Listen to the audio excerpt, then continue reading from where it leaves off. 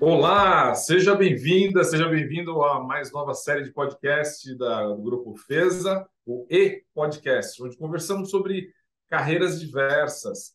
Esse é um espaço para todas as pessoas que constroem uma carreira ou que exercem influência ou gestão sobre a carreira de outras pessoas.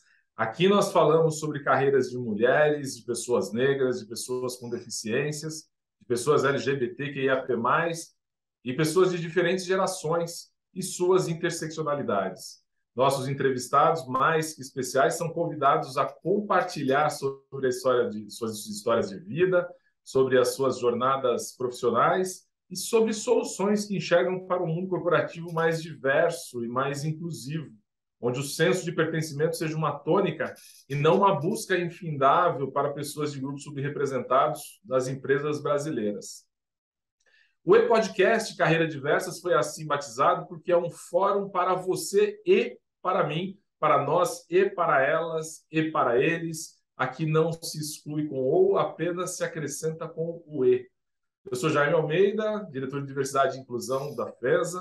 Para as pessoas que não podem nos ver, deixo a minha descrição. Sou um homem negro, de cabelo médio para alto, em estilo Black Power, irregular. Visto hoje uma camiseta preta e um paletó preto também. Aqui no meu fundo, cenários dos prédios aqui da Avenida Paulista. E eu estou dentro da diversidade, tanto pelos marcadores sociais que me acompanham desde a questão social, de ser uma pessoa preta, e também hoje de ser os 50 a mais, né? Então, na vida profissional, na vida acadêmica, é o espaço, e no terceiro setor é o espaço que eu dedico hoje, todos os dias aí de trabalho meu. Esse episódio do E-Podcast é dedicado especialmente às pessoas negras e a todas as pessoas aliadas desse grupo que não se conformam com a injustiça social do que o Brasil, país que tem em sua população mais de 54% de pessoas negras, e que apresenta nos seus quadros das empresas uma baixíssima representatividade dessas pessoas. E se a posição geral, por exemplo, em cargos de liderança nas maiores empresas do país, limita a menos de 5% a participação de pessoas negras, se nós olharmos separadamente para o recorte das mulheres negras, ficamos então com um irrisório 0,4% de representatividade, de acordo com um estudo realizado pelo Instituto Ethos. Para abordar esse e outros temas importantes sobre a carreira de pessoas negras, hoje tenho o prazer de receber aqui Adriana Alves e Silvio Jorge. Adriana Alves, executiva do setor financeiro, hoje atuando no Banco BNP Paribas, como vice-presidente, head de diversidade, equidade e inclusão. E o Silvio Jorge, executivo da indústria farmacêutica, atualmente na posição de diretor comercial e head da área de Consumer Healthcare na Sanofi. Queridos Adriana e Silvio, é uma honra de verdade, um grande prazer para mim, aqui em nome da FESA, receber vocês no E-Podcast. Tenho certeza que vai ser uma hora que vai voar, vai ser uma hora maravilhosa, que a gente vai poder dedicar para esse papo preto, né, tão necessário e que seguramente vai beneficiar a carreira de muitos profissionais que vão se inspirar, né, nas histórias de vocês, e que a gente possa ter ainda esse recorte que é exceção, né, de pessoas negras em liderança, crescendo, e que a gente veja aí no futuro histórias mais frequentes. Muitíssimo bem-vindos a ambos. Eu queria convidar a Adriana para dizer quem é a Adriana Alves. Como é que você chegou, Adriana, nessa posição que, infelizmente, a gente tem que chamar de destaque ainda, né, dentro do grupo de pessoas negras, mas com muito orgulho, seguramente, de tudo o que representa a carreira para você e do que representa a sua carreira para tantas outras pessoas, especialmente para as mulheres negras no Brasil. Boa tarde, Adriana. Tudo bom, Jaime, Silvio? Obrigada pelo convite. Estou muito honrada em estar aqui com vocês. Vou me apresentar. Eu sou Adriana Alves, uma mulher negra com cabelos afro, médio para grande. Hoje eu estou vestida com uma blusa bege para creme, com alguns adereços. E Bom, vou conversar um pouquinho sobre o meu background, minha carreira, para vocês entenderem como eu cheguei aqui. Tenho 43 anos, sou a mãe da Alicia e da Olivia, sou de São Paulo e trabalho no corporativo há alguns anos já, há mais de 20 anos, e sempre estive dentro do corporativo muito mais focada na gestão financeira e administrativa, além de gestão de pessoas. Sou formada, minha primeira graduação foi em formação de tradutora e intérprete, mas depois, ao longo da minha carreira, eu me desenvolvi em gestão corporativa, finanças e, por último, agora também me especializei em gestão de projetos. Recentemente, eu fui convidada pelo Banco BNP Paribas para compor a cadeira de diversidade, com um novo desafio também na minha carreira depois dos 40. E estou muito feliz de estar aqui e poder conversar com vocês. Obrigado, Adriano, muito obrigado. E você, Silvio, que a gente está se reencontrando aqui, por favor, se apresenta para os nossos ouvintes que estão nos vendo ou nos assistindo. Claro, Jaime, que honra estar aqui com você de novo, saudade imensa. Obrigado pelo convite. Uma honra sentar nessa bancada aqui com a Adriana, que realmente é uma referência nesse tema que eu sou apaixonado e dedico bastante tempo, que é aumentar um pouco, né, a equidade, trazer um pouco mais de diversidade, equidade e inclusão para nossas conversas do dia a dia. Vou me apresentar. Eu sou Silvio, sou um homem negro, cabelo inexistente, sou careca, tô de barba, tô de óculos. Tenho no meu fundo aqui com background um quadro da minha cidade maravilhosa, da Bahia. É um quadro do Dique do Tororó, que traz aqui uns orixás como pano de fundo. Eu queria estar lá, como eu não estou, trouxe o quadro para cá. Estou vestindo uma camiseta cinza. Contando rapidamente a minha história, eu tenho 46 anos. Sou pai da Mariana, sou pai de mais três pets aqui, o escudeiro o Ibrahim Mbappé. Sou casado há 18 anos com a Poliana. Sou natural de Salvador, ou seja, eu não nasci, eu estreiei como todo soteropolitano. Moro em São Paulo hoje, tive a oportunidade de morar em vários estados do Brasil e iniciei a minha carreira como repositor na Johnson Johnson em 1996, lá atrás. Passei por 23 anos trabalhando na Johnson, depois trabalhei na Pfizer e agora, recentemente, me juntei a essa família maravilhosa da Sanofi, onde eu tenho o prazer e honra de liderar a equipe comercial da divisão Consumer Healthcare da Sanofi. Fiz contábeis como primeira graduação, depois eu fiz administração de empresas e eu sou pós-graduado, tenho MBA pela Fundação Getúlio Vargas. E desde 2018, eu venho trabalhando com diversidade.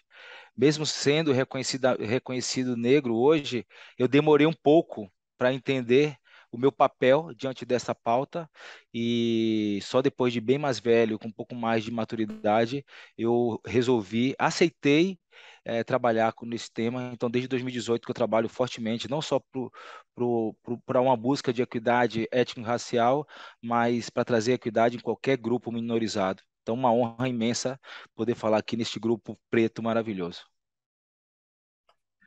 Obrigado, Silvio. Obrigado. Prazer ter você e a Adriana aqui conosco. Muito bom. Bom, eu queria começar essa conversa. Essa é uma semana especial por vários motivos, né? Mas nós começamos já na segunda-feira fazendo a celebração do Dia da Mulher Negra Latino-Americana e Caribenha. Eu comentava com a Adriana um pouco mais cedo que acho que esse ano a consciência aconteceu, né? Todo mundo entendeu que existe essa data, que é importante parar para refletir. E eu queria, Adriana, que você pudesse abordar qual é o seu olhar para esse momento. A gente escuta tanto o tema sororidade, né? E a gente tem mulheres engajadas em realmente ajudar no desenvolvimento de mulheres.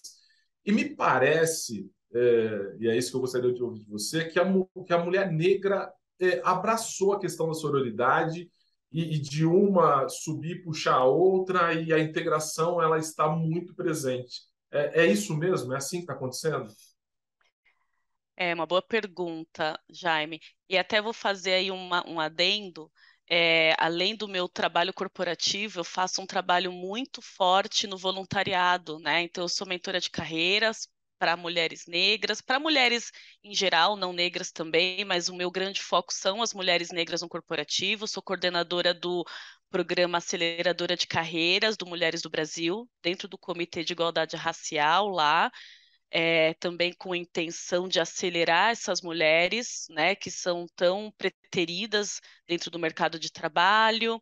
E também tem uma ONG, sou cofundadora de uma ONG que chama Grupo Ela, que assiste mulheres que sofrem violência doméstica, e quando a gente fala de violência doméstica, automaticamente a gente também fala muito dos 28% que são nós, mulheres negras.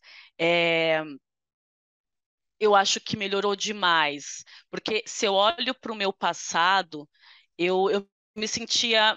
A gente sempre se sentia só no corporativo, né? Essa nossa geração, o Silvio, eu, você, nós fomos quase que os primeiros, né, nesses ambientes.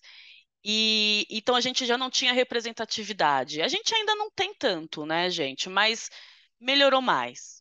E aí, quando você fala sobre essa união de forças, era muito ruim. A gente não conseguia se enxergar, a gente não conseguia desabafar, e a gente sempre se achava muito.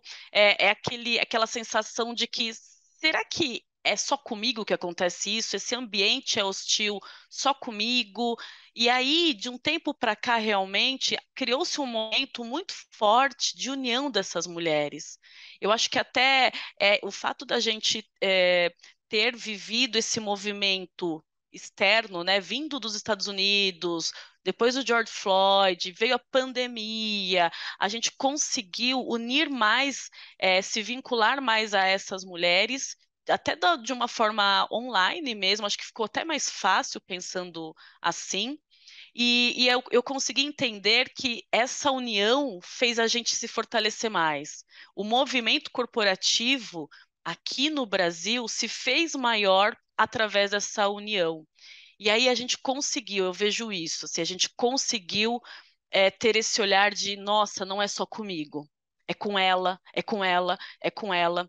Então, isso também traz um certo sentimento de acolhimento, de não que isso tudo nos traga a felicidade, porque são dores que a gente acessa, mas de uma forma ou de outra a gente se sente acolhida por uma que a gente enxerga, né? A gente enxerga outra em nós mesmas. Então, sim, eu acho que isso tudo veio para nos deixar um pouco mais fortalecidas nesse ambiente, essa união entre nós mulheres negras do corporativo. Bacana. Eu escutando, vai passando tanta coisa, né? Filmes vão passando nas cabeças da gente. Semana passada eu conheci, vi um post no LinkedIn e acessei a pessoa imediatamente. Conheci uma mulher incrível, uma médica, uma mulher negra, carioca. Vai estar conosco aqui num próximo episódio aqui do podcast. Mas era isso que ela trazia, Adriana, essa questão da solidão na carreira, da dificuldade de encontrar outras pessoas. E ela falou a mesma coisa. Um dos benefícios, se a gente pode chamar assim, do período, né, da pandemia foi a conexão digital que acabou colocando mais pessoas juntas. Né? Então, bacana. Obrigado, Adriana. Eu queria pegar um pedacinho da fala da Adriana e, Silvio, te convidar para falar um pouco sobre essa questão da solidão. Né? Eu acho que concordo 100% com a Adriana, é muito solitário. Eu passei, numa das empresas que eu trabalhei, 19 anos, 19 anos em posição executiva e como única pessoa negra.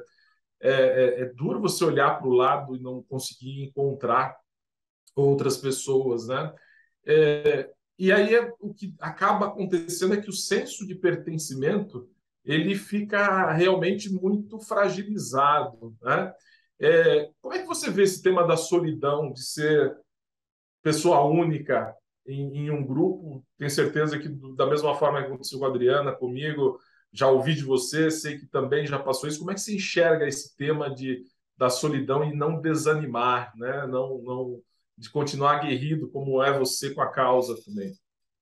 Ô, Jaime, essa sua pergunta ela é muito interessante. E você está perguntando para um cara que tem uma autoestima bastante elevada e também bastante segurança da minha força. Então, comigo, o negócio foi meio diferente do que acontece na média.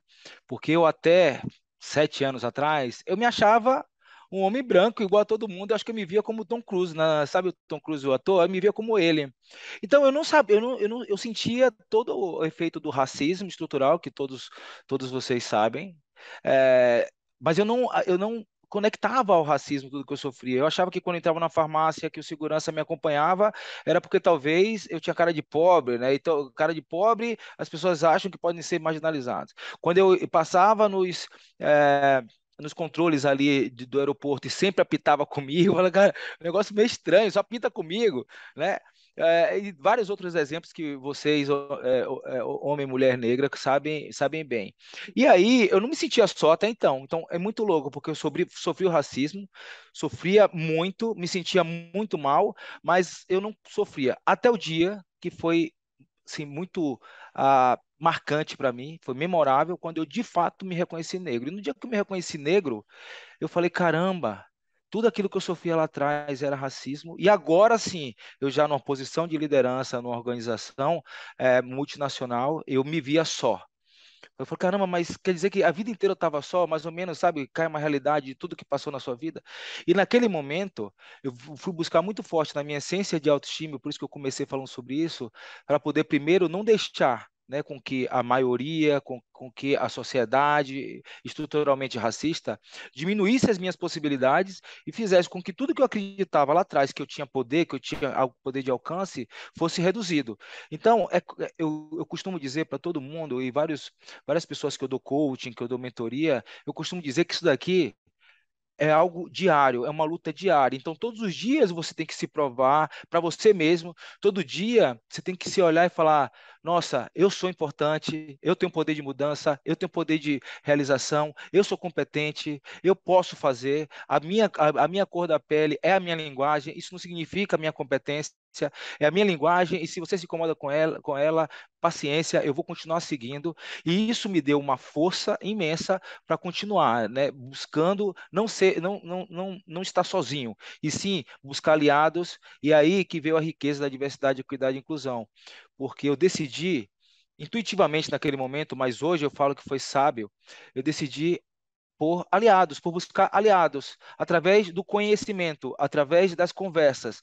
Então, chamando para conversas, estudando muito, estudei muito, conversei com muitas pessoas muito mais experientes nesse aspecto, e eu falei, caramba, se eu tiver aliados, eu posso ter o poder, né, o lugar de fala como é coloquialmente falado, né? As pessoas me perguntam, Silvio, qual é o meu lugar de fala? O lugar de fala é de quem tem boca, né? O lugar de sentimento é o meu, de ser preto, mas o lugar de fala é de você, aliado comigo. Então, eu consegui, Jaime, ter um ambiente onde as pessoas ao meu redor foram se aliando às causas, umas de uma determinada frente, outras de uma determinada outra frente, e isso fez com que esta solidão ela não fosse algo que me impactasse, e sim me desse uma responsabilidade sobre o meu poder de representatividade em buscar mais pessoas como eu em chegar em lugares como eu cheguei. Então é assim que eu vejo esse equilíbrio aí entre solidão e pertencimento. Fantástico. Obrigado, Silvio. Quer dizer, quando a gente se poupa da dor é porque a gente não enxergava exatamente como era, né? E no seu caso foi bom, e quando você enxergou, já não dava mais para te frear, já tinha avançado e já estava lá. E que bom, meu Silvio Tom Cruise. Muito bom. Muito bom. É muito bom, né, Adriana? Muito bom. É, mas eu reconheço muito, assim, o que o Silvio falou, eu me reconheço demais. Essa autoestima, e eu falo até para o meu marido, né, que o meu vô é baiano, e eu me reconheço demais essa coisa sabe, da força de não desistir, por mais que se incomodem com a minha presença, e ainda se incomodam, né? Eu tenho uma força interna de, de não deixar, né? E eu acho que tem muito a ver com os caminhos que eu percorri. E eu sempre lembro do meu vô. Meu vô já faleceu há pouquíssimo tempo, mas ele era aquele cara tremendo, assim, de uma coragem, de um ímpeto muito forte. Eu sempre digo, eu puxei meu voo nesse sentido, porque para chegar onde a gente chegou não é tão simples assim, é fora da média, como o Silvio disse, né? Não é nada que a gente fale, a Adriana está falando que chegou por X questão, não é, desmerecendo as outras pessoas negras, mas é que há estratégias, né? E a gente vai falar um pouquinho sobre essas estratégias. E eu reconheço muito a fala do Silvio nisso também. Não, eu concordo com você e também me enxergo em em várias das partes dessa fala. Ô, Silvio, eu não consegui, não conseguiria ter não percebido. Você sabe que em 98 eu recebi um convite de um headhunter, uma companhia multinacional, para uma entrevista. Naquela época não tinha essa tecnologia visual toda, nem LinkedIn com foto, nem nada. E eu cheguei lá para uma entrevista. E quando a pessoa me olhou, ela falou: Poxa, eu não sabia que você era negro, né? E então, se eu não soubesse, eu teria sabido ali naquela hora, né? Minha reação foi aquela de falar: Poxa, se você tivesse me dito, eu teria vindo de amarelo, de rosa, teria vindo de qualquer outra cor, né? Mas e no final, enfim, conversamos e avançamos e eu fui trabalhar na empresa em questão. Mas a gente passa por tudo isso e eu acho que o nosso papel aqui é de uma responsabilidade enorme, que é de pavimentar o caminho de quem vem e que não precisará, né, se Deus quiser, passar pelas mesmas coisas que nós passamos, né? E para que isso aconteça, eu acho que tem um aspecto importante. Silvio falou de diversidade, equidade e inclusão. Adriana, queria falar um pouquinho de equidade. Você acha que as empresas, de alguma forma, estão preparadas ou se preparando para implementar, para usar a equidade, entendendo que levar as pessoas negras para dentro das empresas somente não é suficiente? Mas se não tiver equidade, a gente não vai permitir que essas pessoas cresçam e ocupem um espaço merecido dentro de lideranças, dentro de papéis de relevância e de responsabilidade ainda maior. Não basta incluir, eu sempre digo isso, né? Tem que preparar todo esse ambiente, porque senão vai ser mais do mesmo. Né? A gente não vai ter a representatividade na alta liderança, a gente vai viver universos diferentes. Eu mesma eu sou de uma região periférica de São Paulo, eu sou da Zona Leste, e mesmo quando eu era muito jovem, eu atravessava São Paulo, pegava metrô, ônibus, 2 horas para ir, 2 horas para voltar, quando não mais, para chegar em um ambiente que falava uma outra língua, né? Que não era a minha, não era da minha ali do meu meio. Então eu fui muito resistente, né? É um preço alto que se paga e eu sei que muita gente não vai até o fim, porque é uma solidão, é uma resistência que te custa, né? E talvez a gente não atravesse a cidade para tudo isso, né? Porque muita gente fala, vale a pena? Mas é o que eu falei, eu fui raçuda e fui até o fim. Mas as empresas hoje eu tenho visto uma intenção. Algumas ainda trabalham no superficial, mas, por sorte, eu vejo um movimento global de fora para dentro dessas empresas, ou seja, essas empresas, querendo ou não, elas vão precisar se movimentar. Então, vejo algumas tratando da diversidade de uma forma mais imediata, e eu sempre digo, né, inclusive no BNP a gente trabalha, a gente faz um processo um pouco mais, eu diria, não tão imediato, mas um pouco mais cuidadoso, para que esse ambiente, principalmente falando do mercado financeiro, que é tão fechado, tão conservador, ele não seja aquele ambiente dos anos 80, 90, que a gente contratava e se sentia um estrangeiro dentro daquele lugar. Então, qual que é a primeira chave disso? É a intenção de querer apostar na diversidade, não só incluir. Né? Então, eu trabalho muito com essa alta liderança, trabalho com a média liderança, e estamos sempre perto desses novos colaboradores, fazendo o desenvolvimento deles, subsidiando o inglês, subsidiando mentorias, né? A gente faz esse trabalho interno para que eles se sintam acolhidos e, além disso, tenham essa autoestima fortalecida, porque Isso é fato. A autoestima da população negra, ela é fragilizada, né? E a gente vai falar de uma outra coisa que é saúde mental, psicologia, que eu amo essa parte. Quando a gente fala da população negra, é uma parte que eu ficaria até amanhã aqui falando para vocês sobre o quanto a gente precisa trabalhar a autoestima da população negra. E eu tenho esse olhar lá dentro de, sabe, apoiar, incentivar essas pessoas para que elas continuem, mas sempre também de olho nos aliados, na alta liderança. Então, as empresas estão, sim, cada vez mais incentivando, melhorando a diversidade no mercado financeiro e no mercado em geral, mas eu acredito que ainda tem muita coisa para acontecer. Mas a gente está chegando lá. Eu acho que o meu maior exemplo, sabe, gente, é meu cabelo, né? Eu passei a vida inteira sendo 50% do que eu sou. Né? Eu, até 2 anos atrás, eu era outra pessoa, cabelo totalmente alisado, aquele molde, né? Aquela pessoa totalmente adaptada para aquele lugar. Era uma pessoa que sorria menos, que falava menos, que arriscava muito menos. Eu não era completa. E eu sei que tem muito a ver. Então, a Adriana, com esse cabelo, significa muito. É dizer que sim, é possível, a gente está chegando lá, porque eu nunca, nos meus maiores sonhos, eu imaginei ser inteira em um lugar corporativo, né? Então, a gente está chegando lá. Eu acho que o maior exemplo é isso.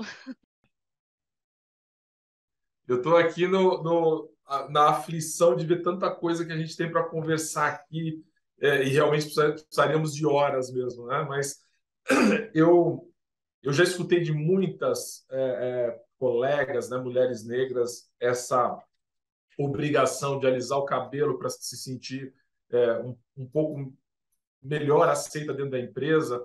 Teve, no início do ano, uma procuradora de um estado do Nordeste, que é a Kiara, ela fez um post no LinkedIn colocando o antes e depois, né? O antes, uma mulher de cabelo tingido no tom de louro e com muita base, né, clareando a pele, e depois o se tornar negra, que ela menciona no post dela, com o cabelo, assumindo o seu cabelo, e acho que muito nisso que você falou, Adriana, de se sentir ela mesma, né, de se sentir inteira. Então, é fantástico ver isso acontecendo. Ao mesmo tempo, bom, a gente fala de diversidade, inclusão, equidade. Para mim, tem uma quarta palavra que nunca pode faltar, que é, de fato, pertencimento, que endereça tudo isso, né? Silvio, eu tenho tido a oportunidade, e eu fico feliz quando as pessoas me buscam, e sei que buscam a vocês. Eu participo do mesmo programa de mentoria que a Adriana participa, e a gente encontra muitas pessoas que hoje encontraram um espaço dentro da empresa, mas chegam dentro da empresa, não encontram outras ou muitas outras pessoas negras, e aí não se sentem parte da empresa, né? E aí vem aquele desafio: poxa, eu vou ficar aqui ou eu vou sair? E eu tenho sempre insistido: não saia, porque se você sair, a próxima que chegar vai ficar sozinha também, né? Então fica aí, seja forte, né? Raçudo, como disse a Adriana, porque isso é extremamente importante. O que a gente pode fazer, Silvio? A gente já passou por muito disso, né? Vive ainda acontecendo muitas dessas coisas, mas o que a gente pode fazer para ajudar essas colegas, esses colegas, pessoas negras, a desenvolver também dentro de si o senso de pertencimento? Claro que tem o papel do aliado, tem o papel da empresa, mas como é que a gente desperta nas próprias pessoas esse desejo de ficar e de ocupar um espaço importante para a nossa comunidade como um todo? Sua pergunta é sensacional, já é muito boa. Mas antes de começar a responder, me deixa só pegar um link com o que a Adriana falou. Adorei o que ela falou, né? O cabelo dela, enquanto ela não era 100% como ela gostaria que fosse, representava 50% só dela, né? Tem uma frase de um cantor baiano que ele fala, o Lázaro Mutumbi, que ele fala uma coisa que eu adoro. Ele fala: minha pele e minha linguagem, a leitura é toda sua. Isso é sensacional, sensacional. Então, eu reconheço muito isso que você falou também, Adriana, e eu sou não só, né, eu não tenho cabelo, mas minha barba é crespa, eu deixo ela, eu tenho tatuagens, eu uso brincos, eu não escondo quem eu sou em hora nenhuma, e é impressionante quando você se torna realmente, né, quem você deseja ser, o quão maravilhoso a gente se torna para as outras pessoas, né, para as empresas, para as pessoas e tal. Voltando para a sua pergunta, Jaime, eu costumo dizer que o enquadramento, que é o enquadramento social, o enquadramento do racismo estrutural, define qual é um padrão, né? Um padrão de imagem, um padrão de pele, um padrão de roupa e tal. Quando eu chego num ambiente que eu me sinto minorizado, eu tenho dois caminhos. Eu simplesmente continuar me sentindo minorizado, não ter o sentimento de pertencimento e me encolher, me encolher, me encolher, tentar me enquadrar, ou simplesmente falar, as diferenças acontecem, esses enquadramentos são históricos, eu sou o que eu sou e eu vou trabalhar para construir um novo modelo, né, de relação corporativa.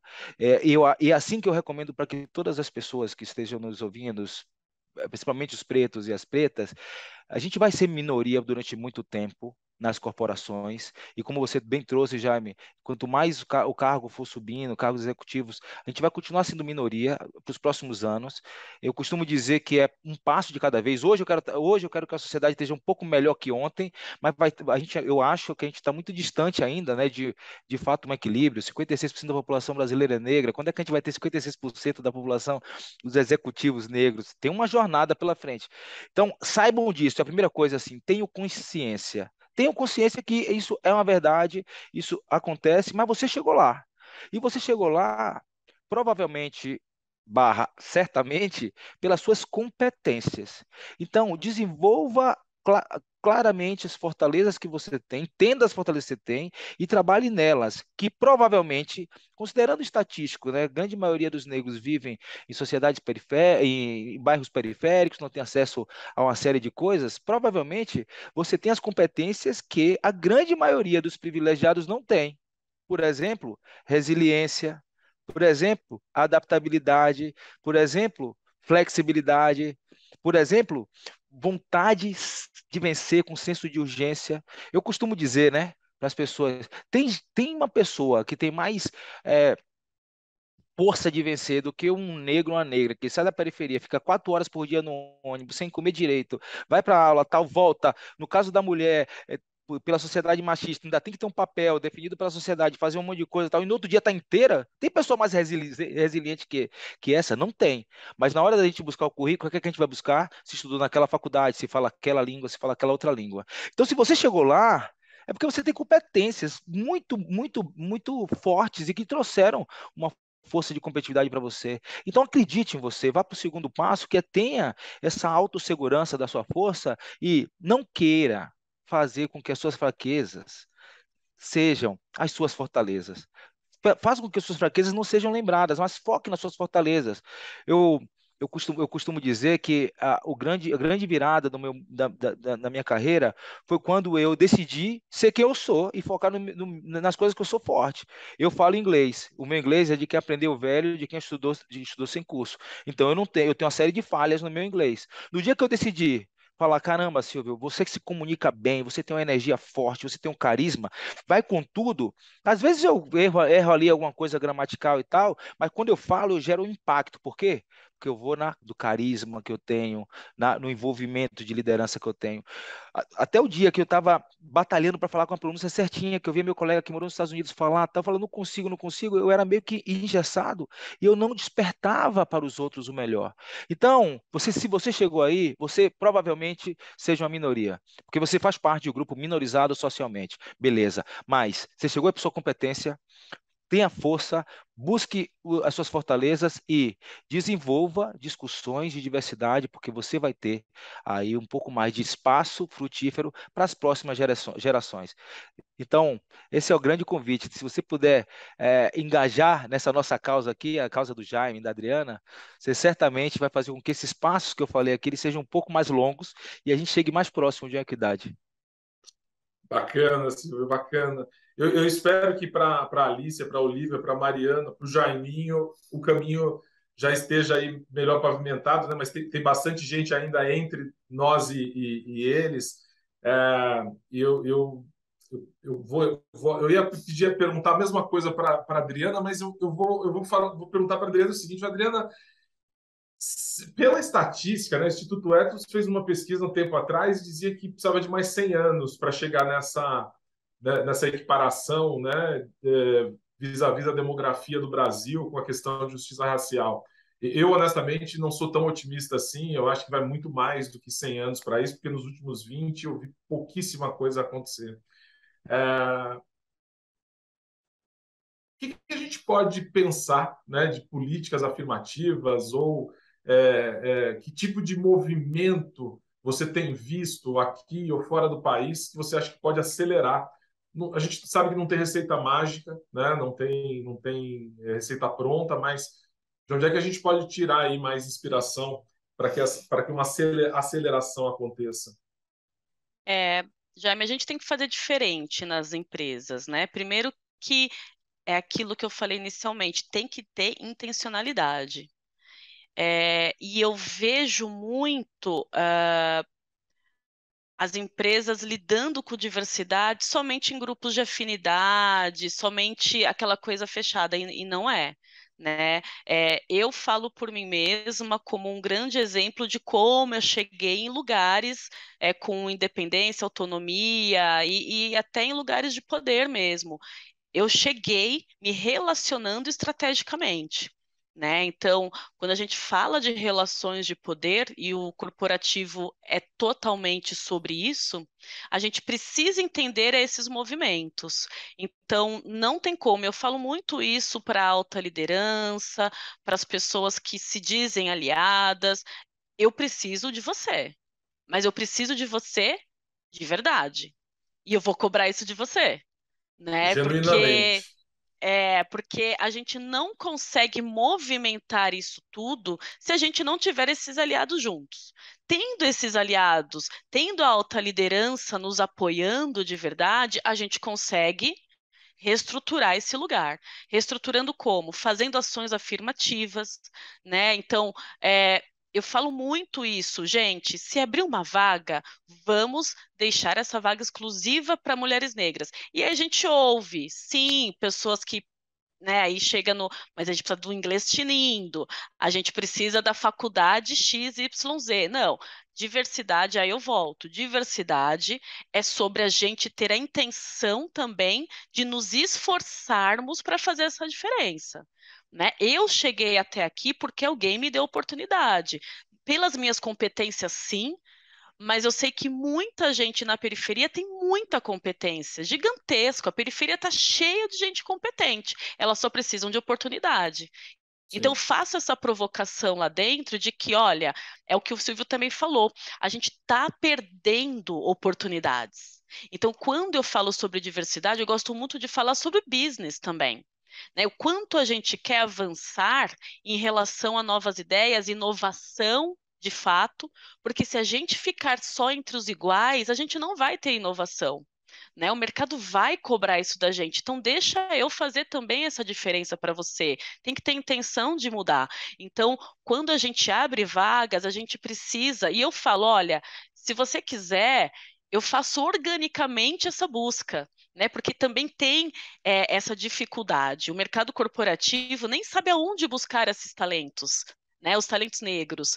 Uma, porque os talentos negros se sentem quase que ignorados por causa daqueles anúncios, porque os anúncios também intimidam, os anúncios de vagas, mas também porque as empresas não sabem aonde buscar esses talentos negros. A gente não vai fazer a diversidade acontecer fazendo as mesmas iniciativas de sempre. Né?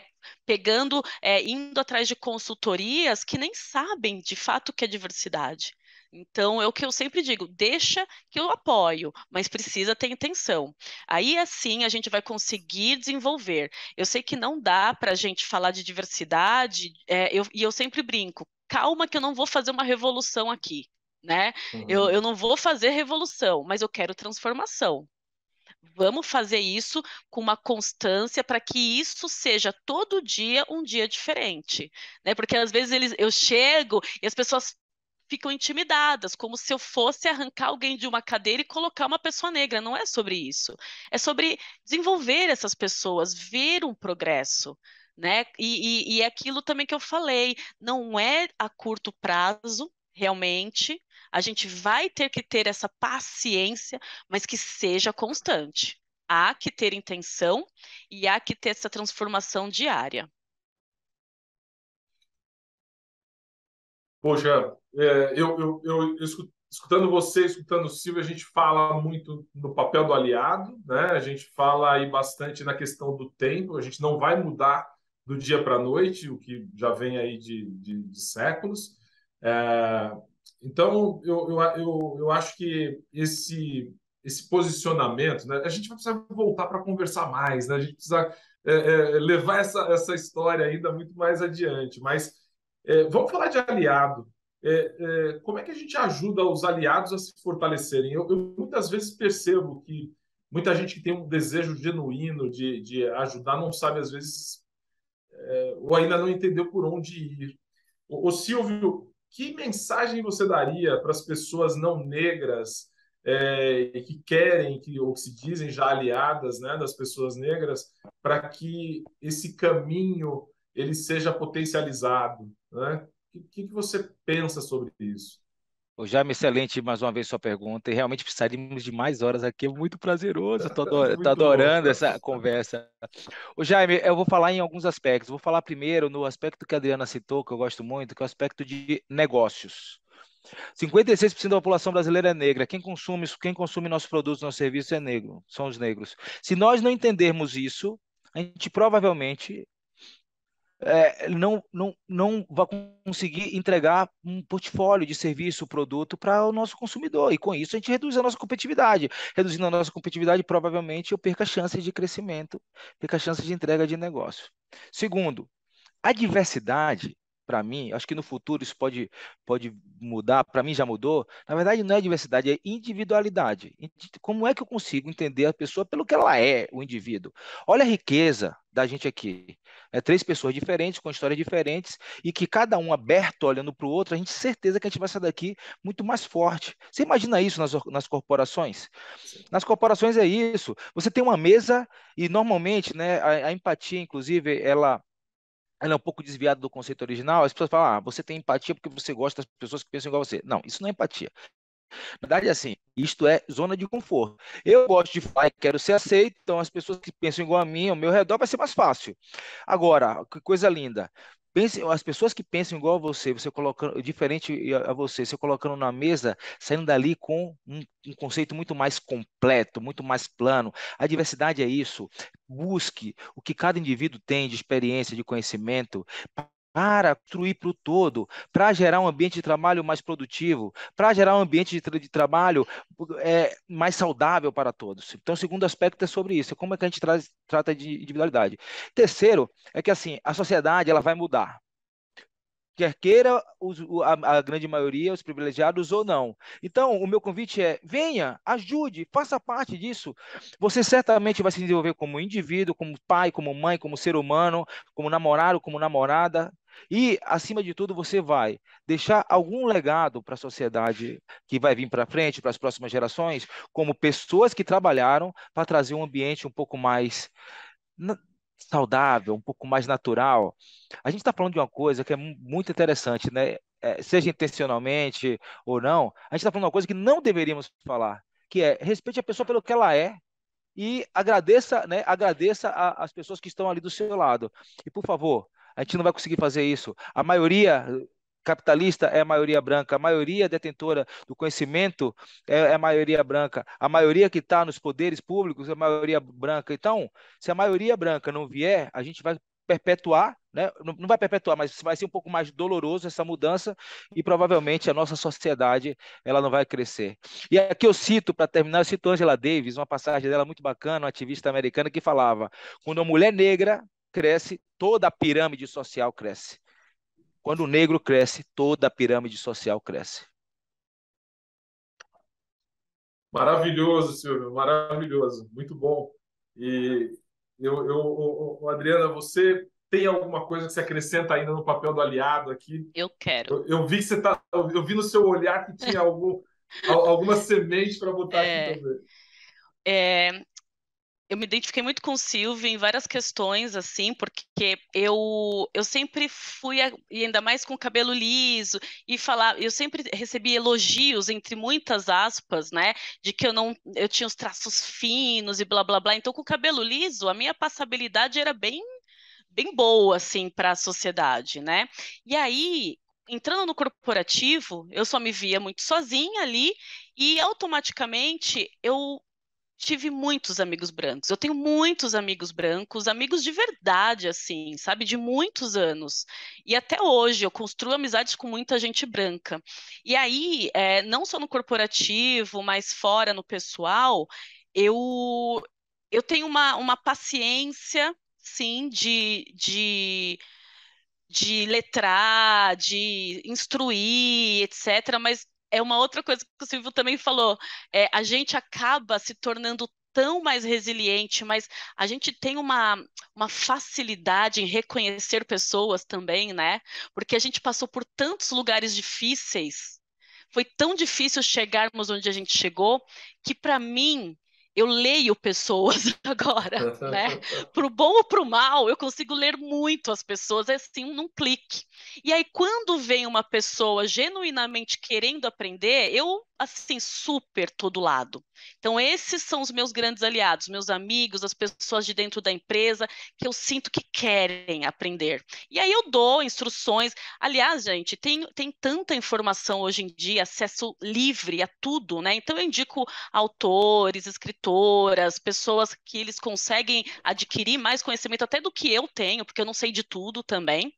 Mas ao mesmo tempo, tem pessoas que chegam em mim querendo tudo pronto, mastigado, e aí eu já detecto ali alguma coisa diferente. E a gente precisa tomar esse cuidado. Né? E até esse cuidado com aquele viés inconsciente. Ai, desculpa, ai, o viés inconsciente. A gente tem que tomar muito cuidado com as pessoas que chegam em nós, de certa forma, já nesse lado quase reativo, querendo ser um aliado, mas que lá no walk the talk, né, quando vai pôr isso para frente, não vai. Então a gente tem que tomar muito cuidado, ler essas pessoas, quem é de verdade aliado. E aí dentro do corporativo a gente tem muitos, e é isso, a gente precisa deles, porque sem eles, eu falo abertamente, sem vocês eu não consigo fazer sozinha. Né? Eu preciso de vocês. Então é muito interessante isso, assim, os aliados eles têm esse grande poder, né? São poucos ainda, mas tem gente muito assim, para não falar o palavrão, que está do nosso lado. E é isso, é tremendo. E é isso, a gente aprendeu a lidar com as diferenças. E aí, aproveitando, eu também sempre gosto de fechar a conversa citando alguém que eu admiro muito. E tem uma escritora americana que ela chama Audre Lorde. E ela fala, eu vou traduzir numa tradução livre, tá? Não é sobre as nossas diferenças que nos divide, não são as nossas diferenças que nos divide, é a nossa inabilidade de reconhecer, aceitar e celebrar essas diferenças. Então é muito parecido com o que o Silvio também disse. É a individualidade. Vamos celebrar a individualidade. Vamos deixar de lado essa comparação, julgamento, etc. Vamos celebrar as diferenças. É isso. Ô Jaime, se Maravilha. você me permite um comentário, que Claro, por a favor. Adriana me inspirou aqui um negócio muito interessante. Durante toda essa minha jornada de diversidade, eu me deparei também, como a Adriana falou, com é, muitas tentativas de aliados, outros que se tornaram aliados. E o que eu sempre falei é assim, ó, na dúvida, fique calado. Porque o que tem gente que fala coisa achando que é bacana, sabe, mais ou menos, olha, essa velha frase, né? Olha, eu não sou racista, eu tenho um amigo preto. Olha, É, eu adoro ser preto, tanto que eu fico na praia tomando sol. E ele acha que com isso está sendo aliado. Então eu falo, o primeiro passo é assim, primeiro passo, fique calado, escute, ouça, ouça. Segundo passo, busque conhecimento. A Adriana falou, através de livros, participe das rodas de conversas, participe de discussões individuais, peça feedback, converse com seus colegas. Terceiro, com conhecimento, aí sim, tome atitude. tome atitude. A sua atitude ela pode ser, às vezes, não deixar com que uma pessoa sofra racismo, seja, como a Adriana falou também, acolher alguém, seja aconselhar uma outra pessoa, mas toma atitude, porque se só ficar na esfera do conhecimento, você provavelmente vai se tornar um indivíduo melhor, mas certamente você não vai mover a sociedade ao seu redor, a sua família, a sua sociedade, os seus colegas de trabalho. Então, só queria completar isso que a Adriana Não, acabou me fantástico. É. inspirando. Sair da É, bolha, né, gente? Eles precisam sair da bolha, porque só nesse nhenhenhé, nesse, eu quero aprender. Não, vai sair da bolha. Faz o teste do pescoço. Eu sempre digo, nos restaurantes que você frequenta, os negros estão servindo ou também estão desfrutando em outras mesas? E por quê? Né? Você fala bom dia para o porteiro, você sabe o nome daquela pessoa, os seus filhos, eles são educados por pessoas negras, se não, vai cobrar escola, né? É isso, é a atitude do dia a dia. gente, que maravilha eu escutar vocês, viu? Eu vou deixar uma última pergunta para ambos. Estamos chegando aqui no nosso tempo, mas eu queria concluir essa conversa, pelo menos essa primeira parte, né, dessa conversa que tem que continuar, voltando ao tema da mulher negra. Nós começamos com ele, queria concluir com ele. E eu vou concluir falando também aqui uma citação de uma mulher negra incrível que eu conheci. Eu me juntei a um grupo de outras 9 pesquisadoras, e nós estamos fazendo um estudo chamado Ser Mulher, que é liderado por Rosa Benhoff, que é uma mulher incrível. E nós temos conversado com mulheres do Brasil todo, mulheres de diferentes gerações, mulheres de diferentes raças, diferentes camadas sociais. E eu tive um privilégio de vida de entrevistar a Dona Nazaré. Dona Nazaré, uma matriarca de um remanescente quilombola do Rio Grande do Norte, é uma líder comunitária que ficou viúva muito cedo e assumiu a liderança de uma comunidade com quase 800 pessoas hoje. E aos seus 106 anos, Dona Nazaré nos deu o prazer de entrevistá-la ano passado. Infelizmente, 2 semanas depois, ela faleceu, mas compartilhou muito. E ela formou muitas mulheres líderes lá, né, nessa comunidade, né? Então, Dona Nazaré dizia que uma responsabilidade importante da mulher era formar outras mulheres. Então, da alta sabedoria dessa filha de escravos, né? Eu gravei muito isso, foi muito forte essa mensagem da Dona Nazaré. Eu queria pedir para vocês deixarem. Eu vou pedir para o Silvio falar primeiro, para depois a Adriana, como mulher negra, deixar essa mensagem para as mulheres negras, que eu acho que tem um papel importante. Eu penso na minha mãe, eu penso na minha irmã, penso na minha família toda, mas eu queria aqui pedir para as nossas colegas que estão aí tentando entrar no mercado de trabalho, ou estão dentro e buscando espaço para crescer. Qual é a mensagem, Silvio? Eu sei que não é uma pergunta fácil, não, mas Não, essa pergunta que é engraçado, rapaz, que você me deu um presente enorme, Jaime, porque eu ia encerrar falando da maior inspiração que eu tive na minha vida, que foi minha avó. Como a Adriana citou o vô dela, eu também tenho minha avó. E a minha avó, ela não formou só mulheres fortes, ela formou uma geração forte e uma família inteira forte, independente do gênero. Eu vou contar um pouco da história da minha avó em pouquíssimos minutos. Ana Rosa morreu há 3 anos atrás, aos 102 anos.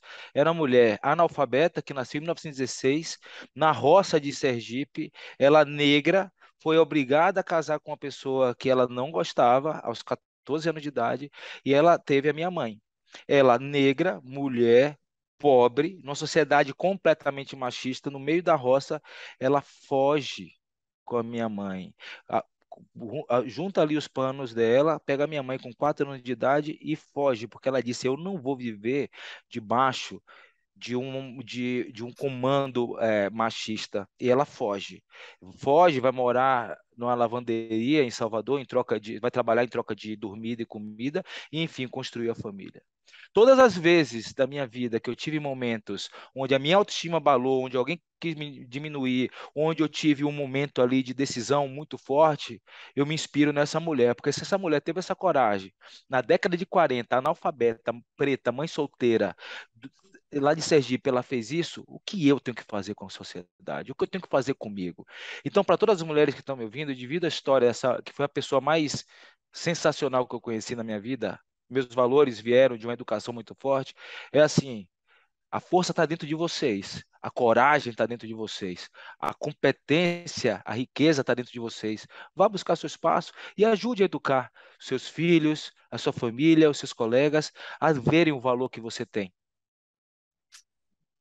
Muito lindo. Obrigado, Silvio. Adriana. Muito lindo, Silvio, muito lindo mesmo.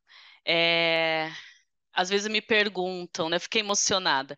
Às vezes me perguntam, Adriana, como que você aguenta? Porque é isso também, né? Quanto mais você vai ocupando, mais a resistência vai chegando. Porque enquanto você não incomoda ou você tá ali só no seu 50%, eles te aceitam, né? Quando você vai levando a sua potência e levando para os outros lugares e se espalhando, isso vai incomodando, né? E aí algumas pessoas falam, Adriana, como que você aguenta? Deve ser muito difícil e não sei o que lá. E eu falei, eu não tenho escolha. Eu nasci negra, né? Eu não tenho escolha porque é o que a gente fez até, inclusive, um evento no BNP que foi lindo, né? Uma conversa entre duas gerações. Eu, de uma geração anterior, e uma menina, uma trainee de 20 e poucos anos. E ela olhou para mim com um olhar maravilhado, falando como é bom te ver. Como é bom, isso me dá esperança de que eu posso. E eu disse para ela, como é bom te ver, porque eu sei que eu estou no caminho certo. E aí a gente não pode parar, porque é isso que o Silvio disse. Antes de nós, abriram muitos caminhos, de outras formas, talvez não no corporativo. Eu sempre digo que no corporativo nós somos ali quase que os pioneiros, né? A gente está fazendo um movimento, lógico que de longa data, mas nós tivemos muitos movimentos fora do corporativo para chegarmos onde nós estamos. Então, nossos ancestrais, os militantes, a pessoa, a galera que se juntou, mesmo que em pouca, na época da ditadura, por exemplo, havia um movimento tremendo, o movimento negro. A gente não pode negar que a gente está aqui por causa dessas pessoas. Sim. Então, não tenho escolha. Eu preciso continuar. E assim, por mais que tenha os ônus, tem muito bônus, né? São os aliados que eu aprendi a conhecer de fato, são as pessoas negras, os trainees, os analistas, as coordenadoras, as gerentes, as diretoras que estão chegando nos espaços que antes a gente não podia, não nos era permitido. Então, mulheres, eu sempre digo, não desistam, confiem. Confiem, porque a gente já está abrindo espaço. A gente já vem de séculos de sobrevivência. A gente já está num lugar muito melhor. Então, a gente vai abrir muito mais ainda. Adriana, com as suas palavras, a gente encerra essa sessão curtíssima pela dimensão do tema. Agradeço a generosidade sua e do Silvio. Que alegria de coração, viu? Muita alegria aqui de ter passado esse tempo que voou aqui com vocês.